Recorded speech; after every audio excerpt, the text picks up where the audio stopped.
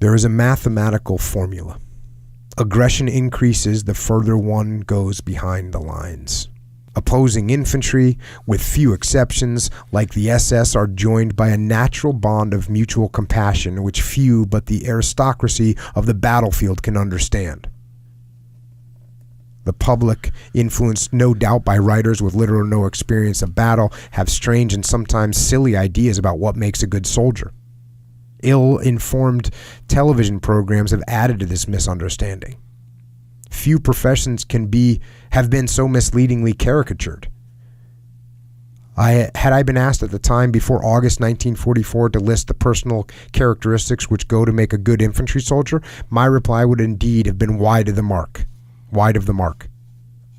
Like most, I no doubt would have suggested only masculine ones like aggression, physical stamina, a hunting instinct, and competitive nature.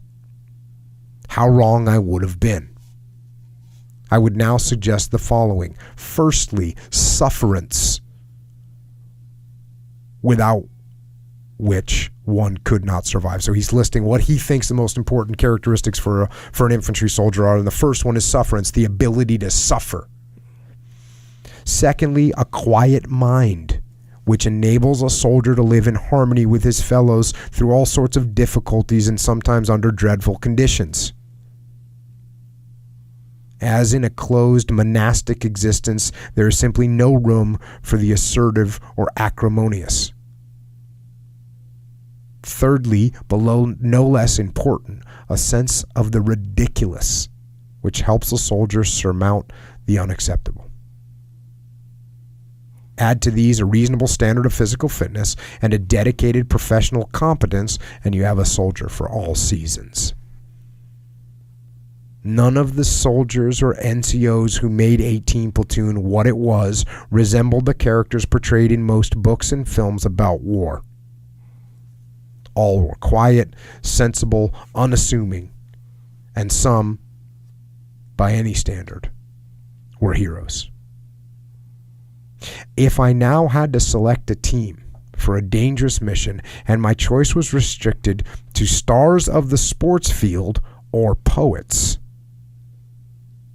I would unhesitatingly recruit from the latter.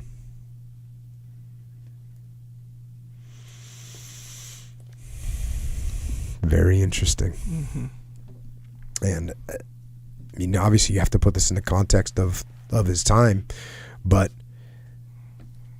there's no doubt that, I mean, you get a sports star, especially these days, those guys that are getting paid $20, $30, $40 million a year to play a game, they're probably not going to be the best at suffering in a trench. Interesting. And I think the key point of that is what he's going back to what he talks about earlier, is someone that can think. Someone that can think. Someone that is not trapped in thinking the same thoughts as everyone else, which certainly an artist or a poet has to be outside the box of normal thought. Mm-hmm. Otherwise they don't become that, right?